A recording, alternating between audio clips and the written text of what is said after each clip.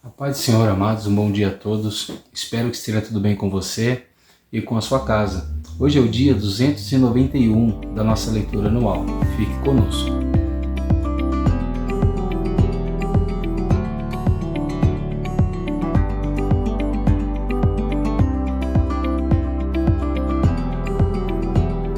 Bom, amados, nós estamos encerrando hoje o estudo do Evangelho de Marcos. E a nossa porção diária de hoje vai do capítulo 15 até o capítulo de número 16. Espero que você consiga separar um tempo no seu dia, fazer essa leitura e meditar nessa palavra. Creio que Deus irá falar poderosamente ao seu coração. Amém? O nosso texto devocional de hoje vai se encontrar no capítulo 16 e o verso de número 15. E o verso de número 15 vai nos dizer assim: Vão por todo mundo, pregue o evangelho a toda criatura. Quem crer e for batizado será salvo. Quem, porém, não crer será condenado. Amém? Bom, amados, nós temos aqui no capítulo 15 a grande obra do servo sofredor, né? Nós temos que lembrar que é esse o retrato que Marcos está pintando nas suas linhas, né? De um Cristo que veio como servo para servir e sofrer pelos homens, para salvá-los, né? E nós sabemos que depois de Jesus ter sido condenado diante do Sinédrio por confessar de uma forma forçada que ele era realmente o Filho de Deus, e assim ele afirmava ser o próprio Deus, e o que para os judeus era uma blasfêmia, né, uma afronta, agora ele vai ser levado logo de manhã até Pilatos. E Pilatos, então, vai colocar Jesus diante da multidão, né, dos judeus que se alvoroçavam naquele dia, sabendo que Jesus havia sido preso. E ele, então, pega Barrabás, que era um malfeitor, né, um homem mau, que havia cometido homicídio, ou seja, ele havia matado alguém, e coloca ele do lado de Jesus, para ver quem a multidão queria que soltasse, pois segundo a tradição daqueles dias, sempre se soltava alguém na época da Páscoa e matava então ali, se crucificavam aqueles malfeitores que estavam capturados. Por incrível que pareça, a multidão unânime aceitou a libertação e pediu a libertação de Barrabás e clamava com veemência pela crucificação do nosso Senhor e Salvador Jesus Cristo. Todos nós sabemos que essa era a vontade do Pai, foi o que nós estudamos ontem, né? Que o Pai queria que o Filho morresse para que assim a humanidade pudesse ser salva, pelo menos aqueles que crescem no nome santo do nosso Senhor Jesus. E vai acontecer então que Barrabás vai ser solto e Jesus vai tomar o seu lugar. Essa é uma ótima analogia, né, com respeito à humanidade. Barrabás representando os homens pecadores por quem Jesus morreu. E assim Jesus assume o lugar do meu e do seu pecado, da minha e da sua vida.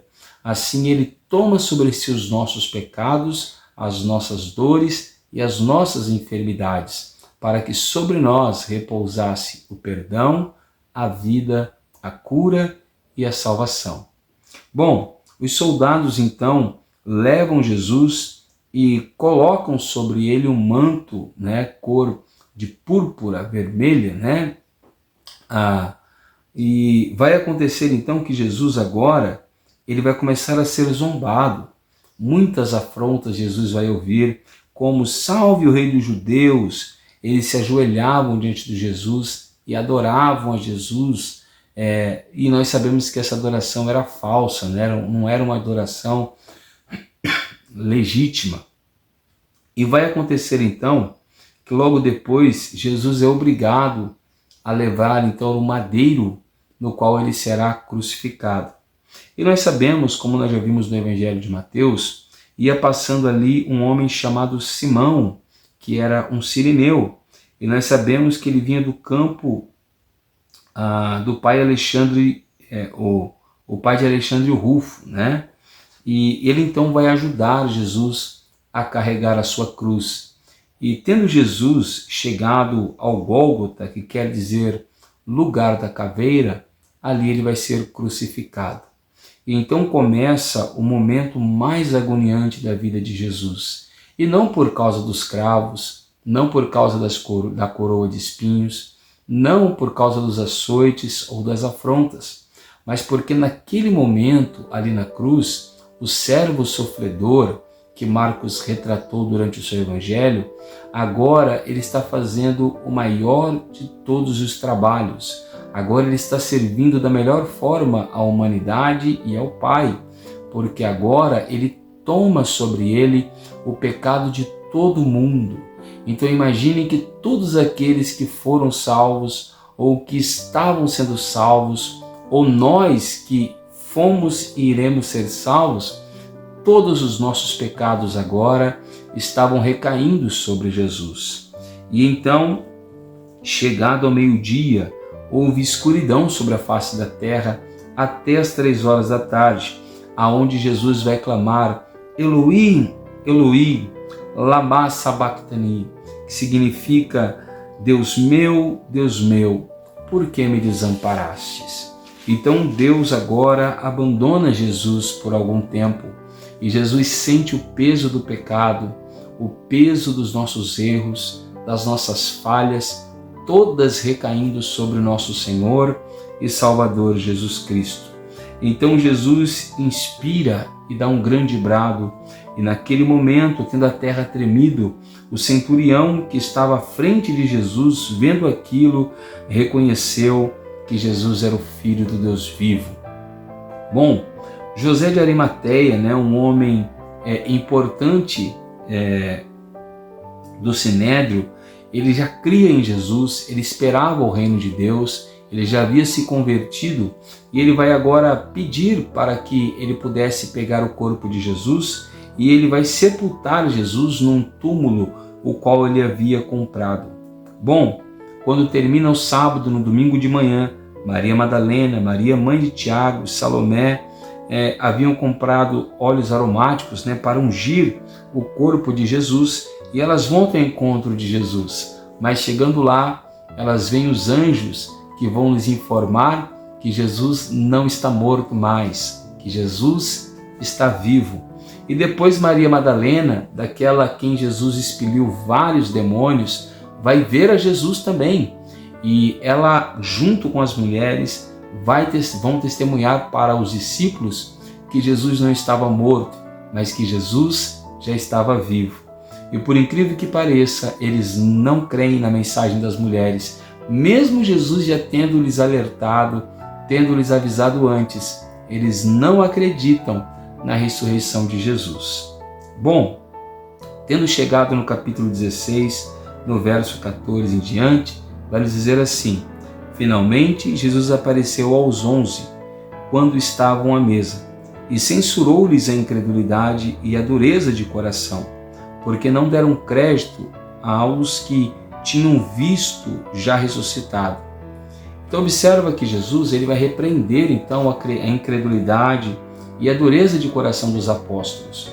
Observe que uma pessoa ela pode caminhar com Jesus, ela pode estar na presença de Jesus, ver milagres, ela pode realizar milagres, ela pode expulsar demônios e mesmo assim ser um incrédulo. Observa que os apóstolos não somente viram o que Jesus fez, mas eles participaram das obras de Jesus. Eles também foram enviados em comissões para operarem sinais, expulsarem demônios, pregar o evangelho. Mas quando eles precisaram colocar a sua fé em Jesus, eles não colocaram, eles não confiaram. Então observe que não é o fato de alguém ir a uma igreja, não é o fato de alguém participar de cultos, não é o fato de alguém ser usado por Deus que prova que alguém crê em Deus. Observa que os discípulos, eles expulsavam demônios, eles curaram enfermos, eles pregavam o evangelho, mas não criam no Cristo ressurreto. Quantas pessoas dentro da igreja, fazendo grandes obras, servindo ao Senhor, elas creem no milagre, elas creem na cura, elas creem na libertação, elas creem numa bênção, mas elas não creem num Cristo ressuscitado. Isso é muito sério, porque Jesus repreendeu os discípulos por causa disso. Jesus repreendeu tanto a incredulidade quanto a dureza de coração. O que é dureza de coração? É aquele coração que não deixa a palavra de Deus, que não deixa a fé entrar dentro dele para que ele venha a crer no Senhor. Então Jesus, após tendo censurado, tendo repreendido os discípulos e dizendo que eles precisavam crer que ele havia ressuscitado, disse para eles: vão por todo mundo e pregue o evangelho a toda criatura. Quem crer e for batizado será salvo. Quem, porém, não crer será condenado. Bom, olha que coisa interessante. Nesses dois versículos, 15 e 16, nós temos 7 lições para a igreja, que é o que eu quero compartilhar hoje com você. Essas 7 lições, se você puder, compartilha com mais outras pessoas, né? Jesus espera mais de mim, Ele espera mais de você, de nós que somos a igreja. Se Ele foi o exemplo de servo sofredor, nós temos que seguir o exemplo dele e continuarmos a praticar aquilo que ele praticou primeiro. Então, a primeira lição para a igreja se encontra lá no verso 15, que Jesus disse: vão por todo mundo. A igreja não pode ser uma organização, um órgão, o qual fica parado no mesmo local. A igreja ela deve ir até as pessoas. Então nós precisamos sair do ambiente no qual nós estamos, seja do salão, seja da nossa casa, e sempre ir até alguém. É o movimento da igreja. A igreja não pode ficar parada. Se você faz parte da igreja, você não pode ficar parado. Você precisa se mover até as pessoas, principalmente aquelas que ainda não creem em Jesus. Segunda tarefa da igreja também está no verso 15, que diz: preguem o evangelho. Então, a segunda tarefa da igreja é ir até as pessoas e pregar o evangelho para elas. Não é pregar sobre a sua própria vida, não é apenas ficar contando seus testemunhos e sua história, não. A igreja precisa conhecer a palavra de Deus. Ela precisa ser conhecedora do evangelho. O que é o evangelho? As boas notícias da salvação. Bom, terceira tarefa da igreja. Esse evangelho deve ser pregado sem discriminação e sem distinção, ou seja, a toda criatura, ao pobre, ao rico, ao branco, ao negro, deve ser pregado ao homem, à mulher e todos aqueles que praticam todo e qualquer tipo de pecado, porque a intenção da pregação do evangelho é converter o coração da pessoa, né? A quarta tarefa da igreja: a igreja deve batizar apenas aqueles que creem no evangelho. O batismo não é para todos, o batismo não é para qualquer um.